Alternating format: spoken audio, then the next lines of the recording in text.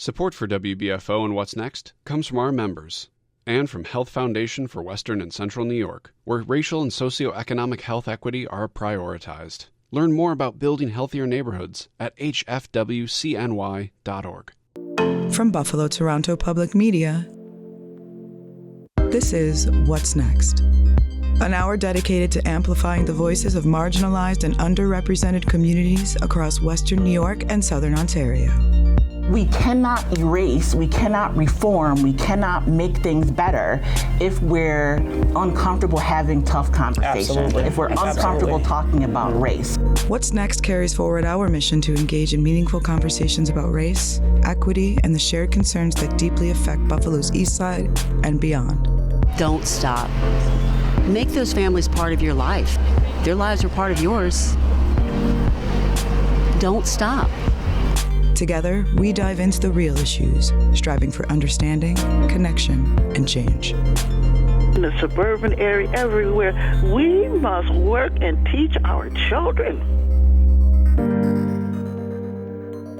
So welcome to WBFO's What's Next. I'm your host, Saladin Allah, Director of Community Engagement at the Niagara Falls Underground Railroad Heritage Center, Public Projects Coordinator for the Niagara Falls National Heritage Area, and founder of the Atlantis School for Gifted Youngsters.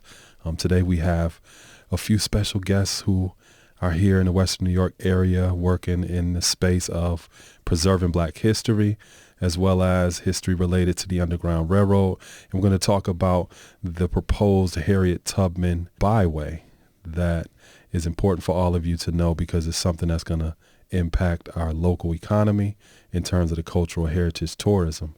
With us today, we have Josh Poole, who is a graduate of SUNY Geneseo as a historian.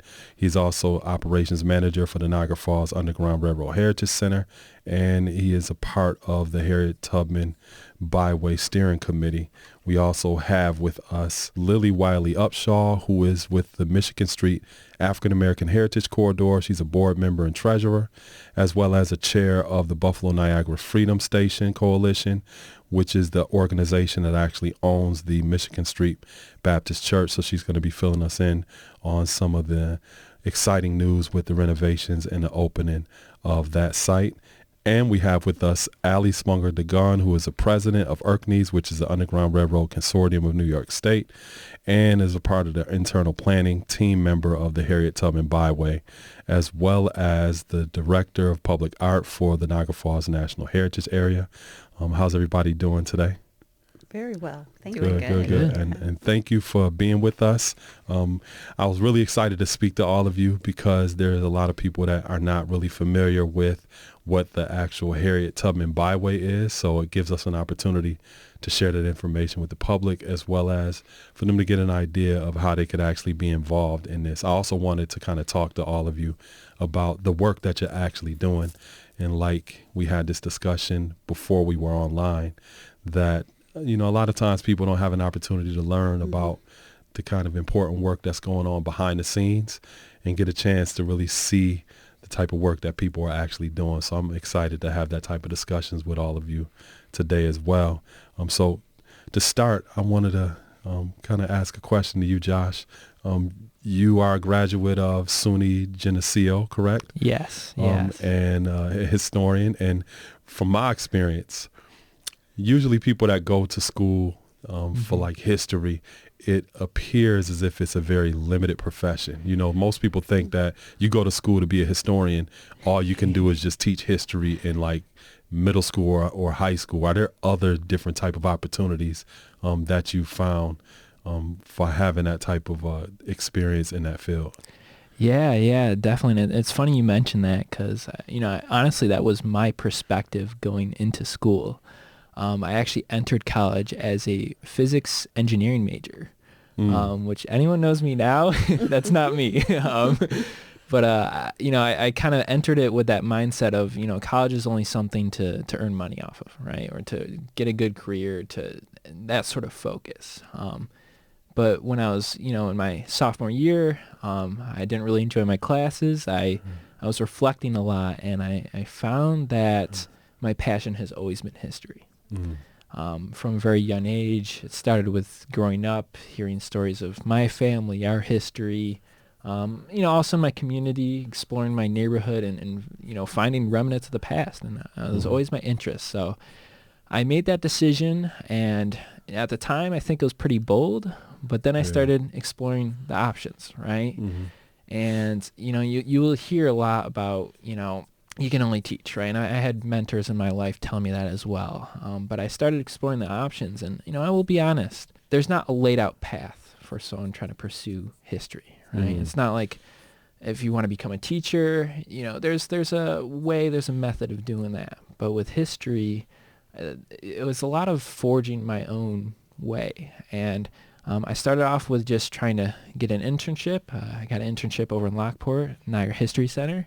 And by pure luck, at the end of that, I ended up loaning an artifact to our current job, our current museum, which now sits there. It's a picture from the Cataract House. And just from that one moment, I was able to talk with one of our coworkers, and that led me to certain other opportunities. And so, I'd say to anyone interested in this sort of field, this sort of work, it's a lot of community work. It's a lot of networking. And now that I've had the opportunity to kind of experience a lot of this, I see the opportunities. I see the doors, especially through the heritage area, seeing like all the different kind of work. For example, over the summer, we were standing on top of a mausoleum in a cemetery. And I was thinking in that moment, I never expected this as a historian, right? Standing on top of a mausoleum. But doing that research and doing that important work, there's so many opportunities, whether it be historic preservation, whether it be building a byway, whether it be doing independent research or working in an archive or being a tour guide. There's so many opportunities. Wow. So now with the current landscape that you see politically in this country, do you see that it's even more important for people to be invested in that particular profession? Yeah, definitely. I come from a family of blue collar workers, right? Teachers, mechanics, that sort of profession, really. And so, what I do is not typical for where I come from. And I think one of my passions for it was seeing a lot of the issues that a lot of my family members were dealing with, and I wanted to do something about it, right? If I knew I followed an engineering footstep, I would just be working and I couldn't do anything about it. And so for me, history was important because I had the opportunity to have conversations with people about what is going on in our world, right? Yeah. And so speaking personally, I'm what I call a social historian, right? And if you look at how people have studied the past, they typically haven't viewed it from that perspective of a social historian, right? And what I do differently is I try to look at ordinary, everyday people, and I try to use their stories to understand the past or the world we're living in. And oftentimes what you find is there's parallels and rhythms, right, between any time period, right? And if you look at these stories of ordinary people, you often find that everyone has a shared humanity, right? And, you may meet people who you think are different from them, right? But when you invest into history, when you invest into, supporting these stories, when you invest into, cultural heritage tourism, right, you have the opportunity to open people's eyes, right, and have the ability to see the similarities in themselves with many other people, right? Yeah. And speaking to that cultural heritage tourism, and then also just to the preservation of stories, Lillie, as the chair of the Buffalo Niagara Freedom Station Coalition, which actually owns the Michigan Street Baptist Church, you've had your hands in actually doing this type of work in terms of preservation. Could you tell us a little bit more about what's going on recently with the Michigan Street Baptist Church and what your role actually is as the chair? Yeah. So you're right. I've been involved in volunteering down with the Buffalo Niagara Freedom Station Coalition, I think maybe it's been 7 or 8 years now. I'm not even 100% sure. But before I arrived on the scene, there had been a great deal of community activism around preserving the spaces on Michigan Street. And before me, there have been other people that sought to save the Michigan Street Baptist Church and to elevate those stories. For people who don't know, the church was started by the Second Baptist Congregation, which was formed here in the city of Buffalo in 1836. Wow. And they started building the church in 1845, and they completed it in 1849. And much of the original structure that they built in 1849, I think that's 176 years ago, still remains to this day. Wow. So people could actually go see that. People today. can actually walk in, and you're going to be stepping on the floor that Mary Talbert stepped upon. You're going to be in spaces where everyday people, everyday African Americans came together to carve out and create a community here in the city of Buffalo. 80% of the people who built that church were freedom seekers. And so we know that when they came here, that the church structure served not only as a place of worship, but as a place for them to build that community, that safe space in which they could really define for themselves the kind of community and relationships they wanted, whatever they wanted. They were free. And so the work that I've been doing, so I'm not a trained historian, but I have really been very fascinated my whole life with understanding the stories of the past to help inform our present and to help chart a future in which we hopefully don't make all of the same mistakes. Or if we find ourselves in a situation where history may be repeating itself, that we take the lessons of how other people persevered, ordinary people, to Josh's point, how they persevered through those circumstances and apply those strategies to what we may be facing in the present. And so I don't know why, but I really feel this connection to sharing that history, because when I think back, it just feels so unlikely in the circumstance of the day that you'd have this group of people. First of all, they had to go through the Underground Railroad, go through whatever process they needed to escape enslavement and come to the state, to New York, and then come together to build this church, and then start to carve out an identity and a space for themselves in the city of Buffalo, because they were free, but we know that even at that time, they still faced discrimination. They still faced barriers here in the city as they were forging a new life for themselves. But they did it. And they left this place, this beautiful place that it feels like you're stepping on hollow ground. They left this place for us. They didn't want, I don't think that, I'm quite sure that those folks never imagined that people would be walking in, sharing their stories or holding them in such reverence. I think they thought, this is just what you do. It's putting one foot in front of the other. It's persevering. It's surviving. It's trying to help our kids to thrive. But yet here we stand. And we do tell the stories of not only Mary Talbert, but we tell the stories of Emmeline Coy, who was one of the longest serving members of the church, who lived next door. When Mary Talbert wrote a history of the church, she quoted Emmeline as saying that when Emmeline Coy came to the Michigan Street Baptist Church, there was no cushion on the pews, on the benches. It was a comfort that was not needed. And there was a pot-belly stove in the corner that was known to give out gas as much as it gave out heat. But to Emmeline, her words, this was the most beautiful place this side of heaven. And you can imagine why it would have been. Right? And so I just feel incredibly humble to be able to help to share those stories. And we have received a great deal of community support in federal dollars, local county dollars, state dollars, huge investment by the state. So we now have, the church is now structurally sound, and we just have reopened it because we've done the interior renovations to restore it to the way that it looked. And it's just beautiful. Wow. So in terms of when can people actually go and actually see it? So people can come in on Saturdays for the rest of this month, February, and then for the rest of March. Right now, we're part of the Heritage Corridor, the Michigan Street Heritage Corridor. So in addition to the church, there's also the Colored Musicians Club is one of the anchor institutions, the Nash House Museum, and also the WFO Black History Radio Collective. So all of us are part of the commission, and the commission has a charge to not only help to bring the 4 anchor communities and elevate that, but they also have a charge to share the whole story of Michigan Street.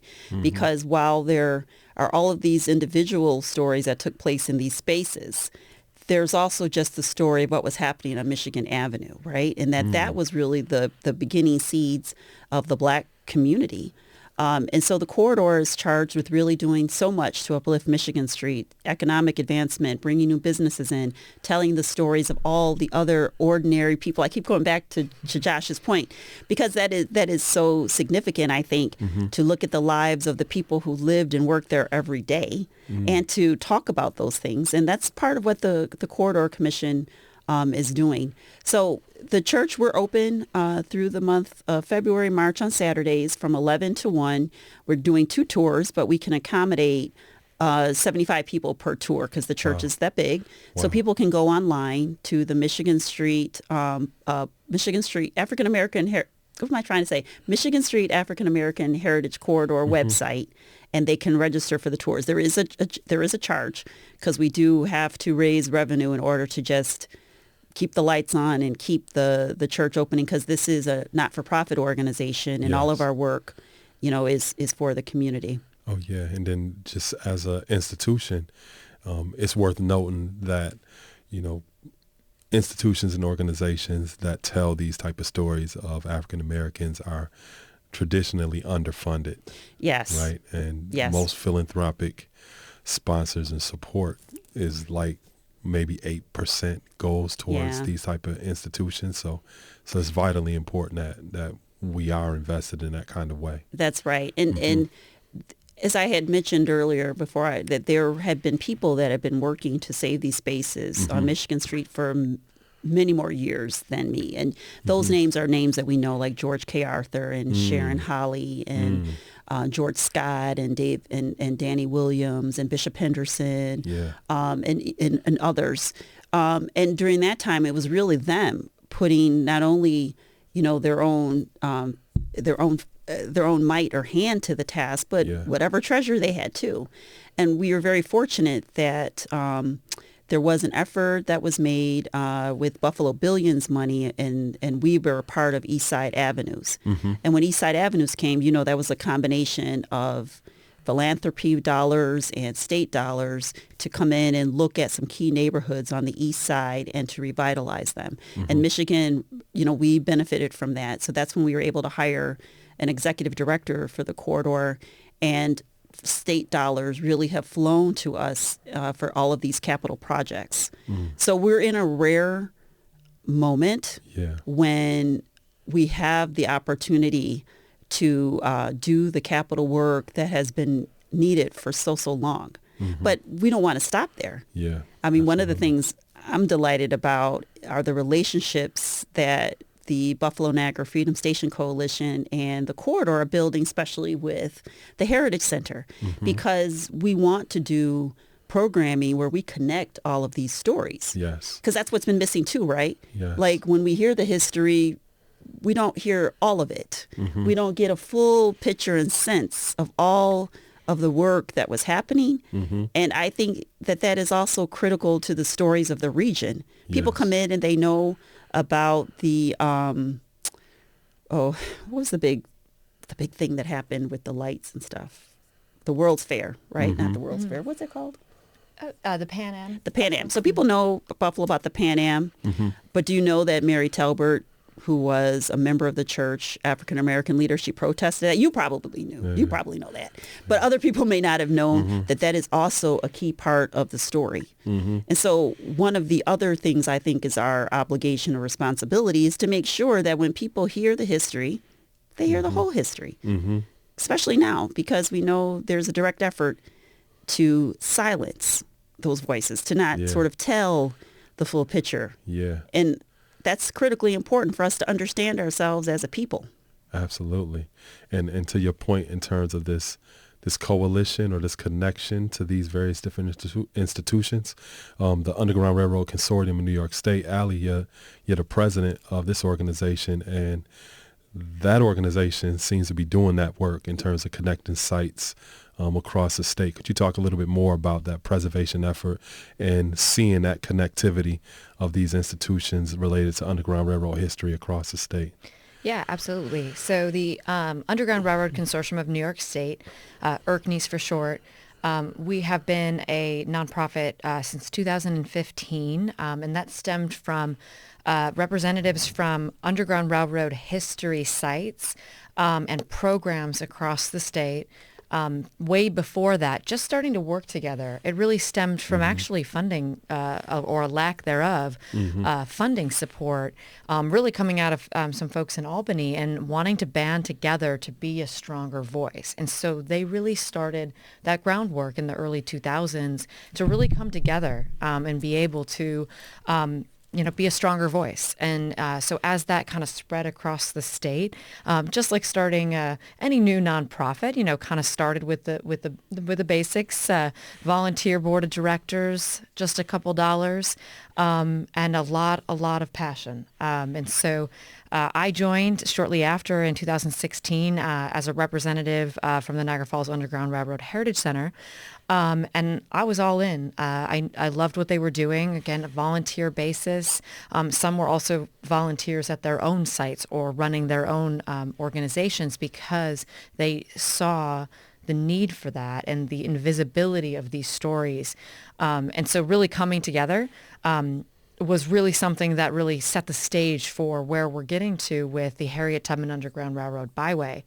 In order for that to be where, we're going to talk about it in a little bit in more detail, where it is today, that groundwork needed to be laid of that connectivity with folks who were invested with their time, their passion, their energy, and their commitment to authentic storytelling, story sharing, and making sure that the truth and the full truth of the people who were the Underground Railroad, who created it, who operated it, who were on it, that those stories are at the forefront. And so the Underground Railroad Consortium, as I said, is all across the state. Our partners, our representatives, are in all parts from, Brooklyn, New York City, Hudson Valley, Adirondacks, Elmira, here in Western New York, Buffalo, Niagara Falls, but also Rochester, Harriet Tubman's chosen hometown of Auburn, New York.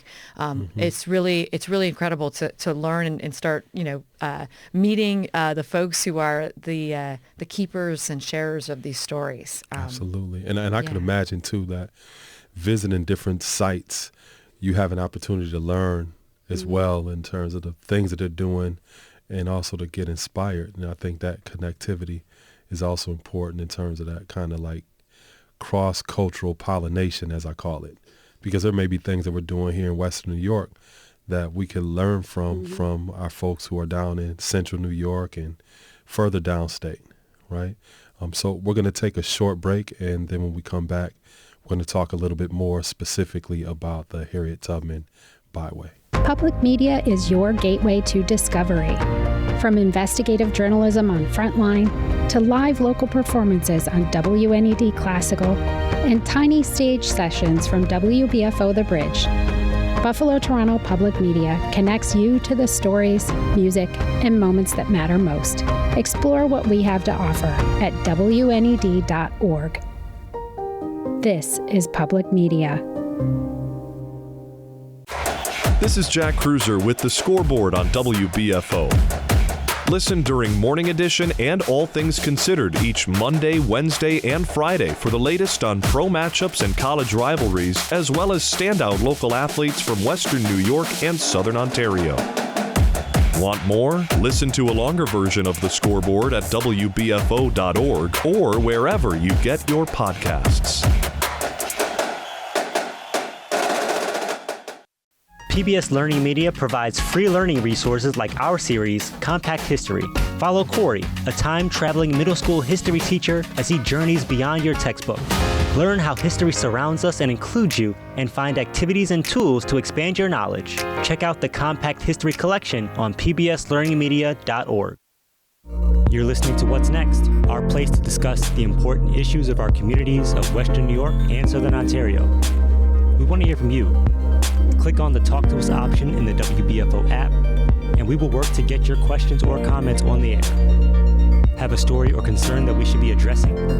Email us using what'snext@wbfo.org. Together, we'll have the conversations that are needed.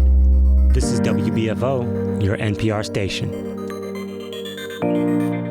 We're back with more What's Next. I'm your host, Saladin Allah, and before the break, we started to talk a little bit about the Harriet Tubman Byway. So, Ally, you started to talk a little bit more about that. Could you give us a little bit more insight into what the Harriet Tubman Byway is? And then Josh and Lillie, we're going to talk a little bit more about your roles in helping with this important initiative. Yeah, absolutely. So the Underground Railroad Consortium of New York State had all of its partners, the sites and programs have been talking for a long time about building a byway. And it stemmed from Maryland's efforts, actually. So Maryland designated their byway in 2008. So the Harriet Tubman Underground Railroad Byway in Maryland. And since that time, it's always been kind of the talk of, well, we should have a byway here in New York State to elevate these stories and to bring recognition to Harriet Tubman's experiences also in New York State and not just Maryland. And our colleagues in Maryland over the years have always been in support and on board. But as byways are individual to their own states, unless it's a all-American road designation, which is kind of the next goal, Maryland has kind of been like, we're here for support. Ask us questions, let us know. In 2017, I was in Maryland and I presented with one of their leads, Marcy Ross at the time, and we really started getting together around kind of like, really, can we make this happen, this byway? And our partners here in New York State, we're really just really wanting it to happen. And a colleague, and partner as well, Karen Kuhl, out of Cayuga County in Auburn, Harriet Tubman's chosen hometown, had brought a grant opportunity to us, and we worked on a grant through the state, and we received that grant through the EDA Tourism Subawards grant. So we really looked at the creation of a byway from the tourism perspective, which is exactly really what a byway is. So it is a designated road with the goal of marketing that to travelers so that they can experience the intrinsic qualities of that byway. The Harriet Tubman Underground Railroad Byway in New York State would be historic as its intrinsic qualities and also recreational as well, because it focuses on the journey of Harriet Tubman and other freedom seekers on this network. Now, a lot of folks will ask, well, is it Harriet Tubman's actual, footsteps she took? Is it actual route? And it is not her exact route because we don't fully know that. The Underground Railroad, we have pieces of information today, and we share those stories as was shared with us through historical documentation, evidence, and even oral histories as well. So through our research and research of many noted historians, we know that the general direction that she traveled and the ways that she traveled, which in New York State was by train. And so we mapped that out and we aligned that with also what you have to do for creating a byway with Department of Transportation regulations and actually driving on a road, because it is a roadway. For example, we really focused on the general direction, but keeping near the train tracks and route, and the riverways and the waterways, because that's also how freedom seekers traveled. Because the Underground Railroad was a network of people, places, and people sought their freedom by any means necessary. So whether they went by foot, carriage, train, water, all of that was used. And so we really want to look at the interpretation through the byway or with the byway to share those stories, again, of ordinary people and the ways that they communicated and moved and created this incredible network to secure freedom for themselves and others. Okay. So for clarification, when you say creation of a byway, are you referring to like roads actually being constructed, or is there any physical component to building an actual byway? Yeah, that's a great question. So there isn't going to be any new roads built. The byway route traverses existing roadways, and it doesn't go on highways. And the whole point of that is to direct visitors into places that they can experience. So in the case of the Harriet Tubman Byway, it's the intrinsic quality of historic. So it's going to museums, to the sites of perhaps crossing, if we're talking about waterways, or where the trains went, or the sites of, let's say, Stephen and Harriet Myers, their residence, their former home in Albany, New York, who were conductors on the Underground Railroad, where Harriet Tubman also passed through, to Auburn, where Harriet Tubman, again, spent a lot of time and built her home and brought her parents to live as well. And of course, Niagara Falls, too, which was Harriet Tubman and many other freedom seekers' final crossing points right outside of the Niagara Falls Underground Railroad Heritage Center. So the roadways are already existing. There would be signage through the Department of Transportation that says that you're traveling on a byway.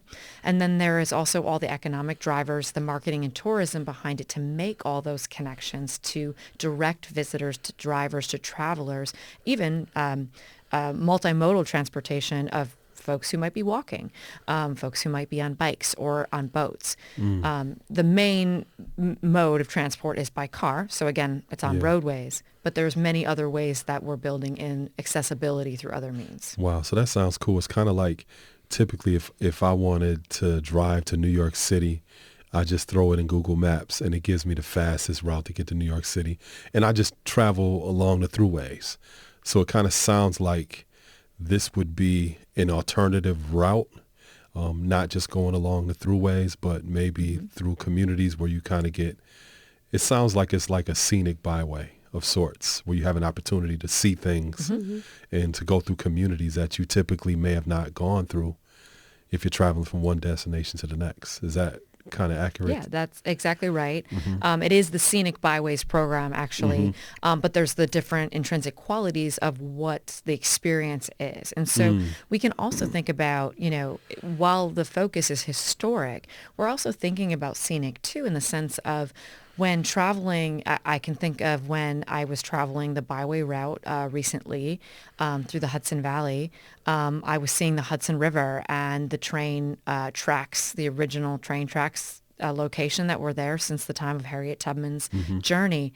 And I'm seeing the landscape. And while, yes, things do change, some of it didn't and doesn't change. And I just being able to have that experience working on this project of really thinking about it in that way of seeing the water and going, Harriet was looking at this, and others were, and they were passing through here, and what did that mean for them, and how were they feeling, and what were they encountering, and all those questions, and what that experience meant for me as a driver or as a traveler. And by going through the communities, that's the economic impact, right? So if it's folks who are maybe traveling a part of the byway in the area of the state, maybe where they live, if they're in central New York. But it's also people who are coming from all over, whether that's international or from other states, who are interested in this experience. And they're going to spend their money in the communities that the byway goes through. Those smaller spaces, they're going to go to the museums, the restaurants. They might add on, other experiences that is of interest to them. They might also do some shopping or maybe see a small jazz concert along the way while they're having this experience that they're coming for to learn about Harriet Tubman and others on the Underground Railroad. Yeah. So you spoke to the route of Harriet Tubman through New York State. Josh, as a historian, I've learned that you've worked more specifically on being able to document Harriet Tubman's travels through New York State. And from my understanding, that has not really been done yet. Could you talk a little bit more about some of the research you and some of your colleagues have been doing on that? Yeah. And I just want to, start off by saying that all of this information, all of this research, the documents, the data, this has been in progress for decades by descendants of freedom seekers or other people who have done amazing, immaculate work putting together these stories. And so when it came to the Byway, not only on the research side, but also on the interpretation side, we wanted to make sure we set a very good foundation. And so I was thinking back to something Lillie said earlier about how some of these stories are untold, or maybe only a certain perspective of these stories are untold, right? And so when you talk about the Underground Railroad, right, there's kind of a lot of a certain perspective of what the Underground Railroad was. And I think of a book called Drapetomania. I don't know if you heard about it, but but right, that book was written by a Southern Confederate, and he saw people escaping, and in his mind, he couldn't imagine that, a black person would want to escape, right, in his mind. So he wrote this book, and he invented this disease called Drapetomania that said, oh, they must have had a disease that would want them to escape. Wow. Right?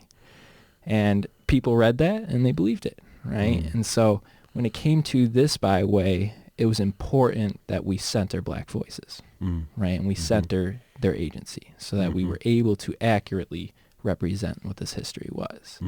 And so to get to your question about Harriet Tubman, there has been a lot of phenomenal research about her route through New York. But as Ellie said, we won't ever truly know the actual footsteps that she walked, right?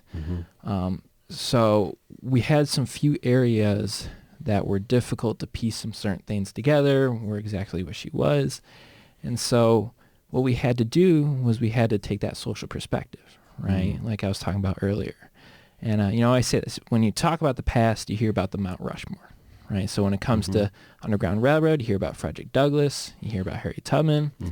When it comes to civil rights, you're going to hear about Martin Luther King Jr., Malcolm X, Rosa Parks, but you're not really going to hear about many, many other people. And so if we wanted to figure out the way that Harriet Tubman actually took, we had to look at other people, right? We had to see who were the people, the ordinary, everyday people who came before her, right? Because she came on the Underground Railroad in the 1850s, right? But people have always escaped, right? And there's a lot of people like the Myers in Albany who, in the 1830s, they're setting the foundations for the route that Tubman would later take, right? And so my colleagues and I, we were looking at those communities, right? Along the way that we eventually decided for the Byway, who were those communities? What foundation did they set? What did they carve out to set the foundation for people like Harriet Tubman to later show up? And so it was really amazing being able to uncover a lot of those stories along the Byway, and we were able to, confidently say, right, this is the route that she took. If we look at this community, if we look at what they did, if we look at who was associated with Harriet Tubman and her connections, right, we know that she went this way. Wow. It's something that, Lillie, you mentioned earlier. You talked a little bit about Mary Talbert and some of the other important community members that were part of the Michigan Street Baptist Church. Have you seen in your experience that sense of erasure and just people not knowing these stories of people that are important, and how can this Byway actually amplify those stories and voices of people within that community? Absolutely. I think we have seen, voices erased or experiences just not shared. So many times people will visit the church and they'll say, oh, I never knew any of this, took place. And I've been driving down Michigan for years, and I was never aware that all of this happened right here in this little church. And I think that's the imperative that we probably all feel to a certain degree, and why you even want to do this work, because I think it's like, oh, everyone should know. Everyone should know about this, because these people were amazing. And what happened here throughout all of these odds, we really need to elevate, and we need to acknowledge and uplift our ancestors who did all of that. And the Byway, as Ally said, is a perfect opportunity for us to start telling these stories in a very connected way. So the Byway will come through Michigan Avenue, And so that will give people an opportunity to come and learn, come into the church, visit what happened in the Colored Musicians Club, and they will be able to absorb all of that history when it's going through the byway. And it also gives us an opportunity in every community that the byway is going through to elevate all of those other stories and experiences too. So, for example, Frederick Douglass did speak in Buffalo like the first summer after he took his freedom. And I don't know if very many people know that, because right now we don't have any markers or anything that tells you like he stood here and he said this. But we know it's documented. We know we have documentation of the Colored Persons Convention, and these were conventions that took place in the 1830s. They started across the country where people came together, Black people came together to talk about what they were going to do with the present day circumstance, right? And we know that there were members of the church that took a part of that. So this byway gives us a chance to start then looking at what are all of those other stories that have not been told in our city that connect directly to the freedom story, right? To the abolitionist movement in the city of Buffalo that people need to know, and we need to elevate and talk about that. And so that's one of the many aspects that I like about this project, because as one location, we're pulling together all of the connected communities in the city of Buffalo. The Freedom Bridge, what is the name of it? Freedom Park. Freedom Park is another, which is the crossing at Ferry. That this group, they're part of this conversation too. So we are in our city and in this one location, we're thinking about how we can pull it all together. So as people are going through the byway, they'll see markers directing them, oh, go down here and see where Frederick Douglass talked. Oh, don't forget to stop and go to Freedom Park to see the crossing right here. And maybe they'll be able to add some elevated experience when people get down there. Don't forget that all these other events and things took place in the city, and stop and visit with those things, because the potential for people to come and I think you've said this on one of the shows, that heritage tourism, to walk in those spaces, it's an experience that people are seeking. And when we have people together, that we have to fulfill all of their needs. They'll want to eat. They'll maybe want a little bit of entertainment.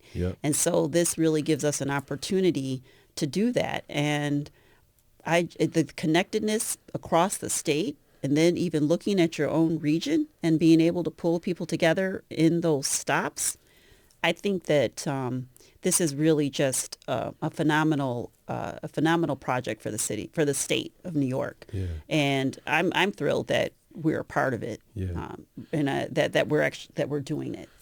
So we're going to take another short break, and when we come back, we're going to talk a little bit more specifically on some more of those logistics of the byway, where it's at in terms of it coming online, and then also, more importantly, like, how can people be involved in this important project, because it seems like it's a win for everybody. We at Buffalo Toronto Public Media take pride in bringing you your favorite national programs like Fresh Air, All Things Considered, and Morning Edition. But what makes WBFO so special are its local programs, learning together about how government works in bite-sized pieces on Compact Civics with host Corey McCamps. Here's a quick guide on polling locations. A polling place is where you cast your ballot during elections. In America, the term polling place refers to the building, while polling station refers to the specific room or area where voting happens. And diving into pop culture and local happenings on Group Chat with host Bentley and a revolving panel of friends in the know. I really miss having to actually wait to tune in for a show and be there at the certain time. Like having to run home and like turn on the TV at a certain time to like watch your show. Like more national unity then too. Like we were all tuned in. Everybody is watching at the same time, and you can like call and Ever say, since "Did you see what streaming, happened?" it's just gone downhill. This is public media. Hey folks, Corey here with Compact Civics. I'm convinced there's something in the water in Buffalo, New York. Sure, maybe it's the Niagara River with all those minerals, but this city is known for more than snowy winters and chicken wings. It's full of standout political talent.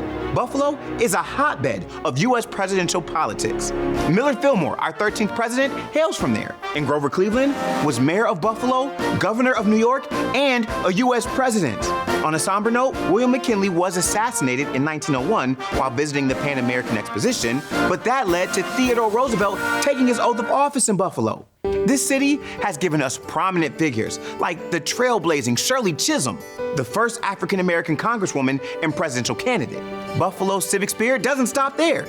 Others include Neil Abercrombie, former governor of Hawaii, and Kathy Hochul, governor of New York. And we can't forget about Frances Folsom Cleveland and Abigail Fillmore, both first ladies. Or pioneers of equal rights like Winifred C. Stanley, who introduced the first equal pay legislation. Buffalo's impact on leadership and civic dedication is off the charts. If the city of good neighbors keeps it up, maybe someday we can be known as the country of good neighbors. Special thanks to our partners, the Buffalo Presidential Center, whose mission is to explore and share stories about Buffalo and Western New York's contributions to the U.S. presidency and national affairs. Our mission at Buffalo Toronto Public Media is to serve our local community. And on WBFO, we do that by keeping you informed. We bring you important perspectives from your neighbors on what's next. It's cultural heritage tourism. People go and they travel different places to learn about history and lived experiences that only took place in that area. Oftentimes you may have people in certain positions that don't understand the value of cultural heritage tourism. And we investigate issues in our community, such as racial disparities in traffic stops. The data breakdown by council district shows that black people are stopped disproportionately to their population in all 9 districts. Lovejoy District leads the pack in terms of those disproportionate stops. Just 37% of the district's population is black, yet black motorists account for almost 70% of stop receipts issued there. This is public media. You're listening to What's Next, our place to discuss the important issues of our communities of Western New York and Southern Ontario. We want to hear from you. Click on the Talk to Us option in the WBFO app, and we will work to get your questions or comments on the air. Have a story or concern that we should be addressing? Email us using whatsnext@wbfo.org. Together, we'll have the conversations that are needed. This is WBFO, your NPR station. We're back with What's Next. I'm your host, Saladin Allah, and we were just talking briefly about the Harriet Tubman Byway. Ally, you had mentioned that there's a byway that is currently active in Maryland. I think it goes through 2 counties, about 125 miles, and just a few years ago they released the economic impact report that said that the byway generates a little over $30 million. What will be the length of the byway here in New York State? How many counties would it be going through? And I mean, I'm not sure what the actual economic impact would be, but I'm sure that it would be much more than the economic impact that we see with the byway of Harriet Tubman in Maryland. Yeah, absolutely. So kind of building upon Maryland's success with their byway and their data and their information, we can kind of start to get a feel for what the potential and the possibilities are for us here in New York. And so our proposed byway throughout New York State would be 550 miles. Wow. Oh, yeah. And been traveling that quite a bit. And that's 22 counties. And it's just about 170 municipalities that the route itself, as it's mapped out currently, would go through. So when we think about how to even do some kind of like multiplying of economic impact, right? 2 counties versus 22, 125 miles versus 550, there's a much greater landscape and distance and communities and places and jurisdictions. And so while that is also, you're like, whoa, that's really big. How are we going to do it? We are moving forward on it because of this connectability that we've been talking about here today, that we've been really successful with across New York State as the Underground Railroad Consortium of New York State. And to what Lillie just really shared about, if we even just look at one area or one community and how everyone is coming together, whether they had before or they did sometimes or they did all the time or do all the time, they're coming together to move this forward, to have those conversations, to say, oh, yeah, we need the support over here. Let's bring so-and-so into the fold. Or, yes, I can help get resolutions. Or, what was the story at your site? Oh, can we check on this freedom seeker? And I'm just giving a couple examples of just kind of some of those conversations or ways to connect, shared programming, all that good stuff. And that's even before the byway is designated. So our goal is to have, we're working with New York State Department of Transportation on this right now. We have to submit a corridor management plan to their advisory board for review and approval before it can go to legislation in January 2026. So we're under a year out. It is very soon, but we are moving and grooving all across the state. Right now, what we're working on are seeking and requesting resolutions of support from every jurisdiction on the byway, and that's, again, about 170. We have been actively doing that all across the state, and those resolutions are coming in every week from local champions, whether they're through the Underground Railroad Consortium of New York State or their community leaders or residents that we've been connecting with. And it's going really well. There's many to secure, but actually our first one was actually Erie County, which was really exciting that Western New York can kind of represent in that way. We have a couple more in Erie County, a couple more in Niagara County, but we're almost there here on this end of the state. So those resolutions are basically the local government stating that they are in support of this byway. Yes, it's two-part. It states the support so that DOT can move forward with designating the byway, and also there's language in there that says that that the jurisdiction will not allow billboard signage to go up along the byway as it's supposed to be scenic. But any billboards that are already there, those are grandfathered in, they already exist. It's just for any new ones, and that does not pertain to, local signage. If, there's a restaurant on site and they want to put a sign up for their restaurant, that doesn't count. It's just the billboard in the standard advertising off-premise sense. Okay. So in terms of just everyday people that would love to be involved in a project like this, like where could they learn more information about this? How could they actually be involved? Yeah, so right now we're working to build all of our marketing materials, but we do have a website, Harriet Tubman nycorridor.com, and also you can find the information and link to from the Underground Railroad Consortium of New York State's website, which is erkneys.org. So between those two, you'll be able to find a little bit more information on that. And we're doing a lot of that grassroots communication, again, talking to neighbors, local businesses, partners. We just did a bunch of outreach to the churches along the byway to garner letters of support. We're going to be reaching out to local businesses next. So here in the Western New York area, you'll be hearing probably a lot more, over these next couple of months on that. And we'll also be having more public meetings around the work so far. And all that's going to be coming out soon. Yeah. So thinking about like local champions of change in terms of making sure that the contacts for this byway, I could imagine, Lillie, your role in American Street corridor being kind of like a point person or contact. Can people get in touch with you if they wanted to learn a little bit more that's out here in the Erie County area? So when Ally mentioned that public meetings were held, so that's the best way. So the commission actually hosted the two public meetings that we had, and Ally's group came and they talked about the byway. So if they reach out to the commission's office, that's the central point of being able to get more information, or if they want to say, hey, I want to be involved with this.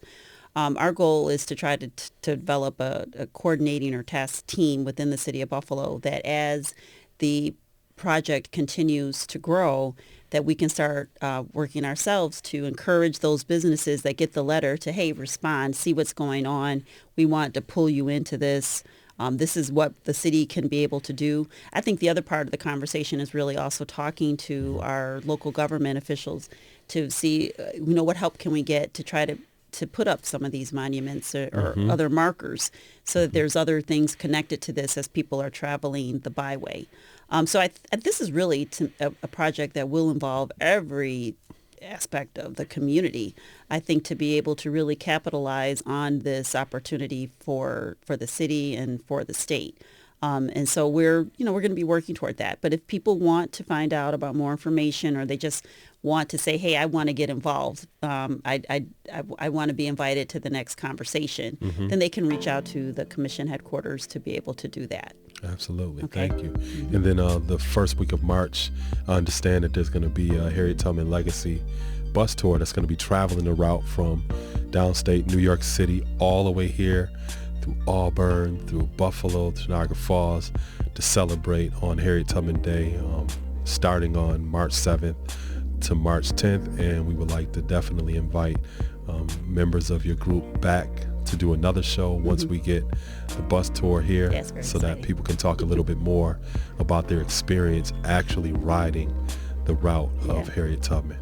So Josh, Lillie, Ally, I wanted to thank all of you for sitting down with us today to share a little bit more about the important work that you're doing, give people some insight into who you are and that important work with the Harriet Tubman Byway. This is Saladin Allah with WBFO. What's Next, signing off. Support for WBFO and What's Next comes from our members and from Health Foundation for Western and Central New York, where racial and socioeconomic health equity are prioritized. Learn more about building healthier neighborhoods at hfwcny.org.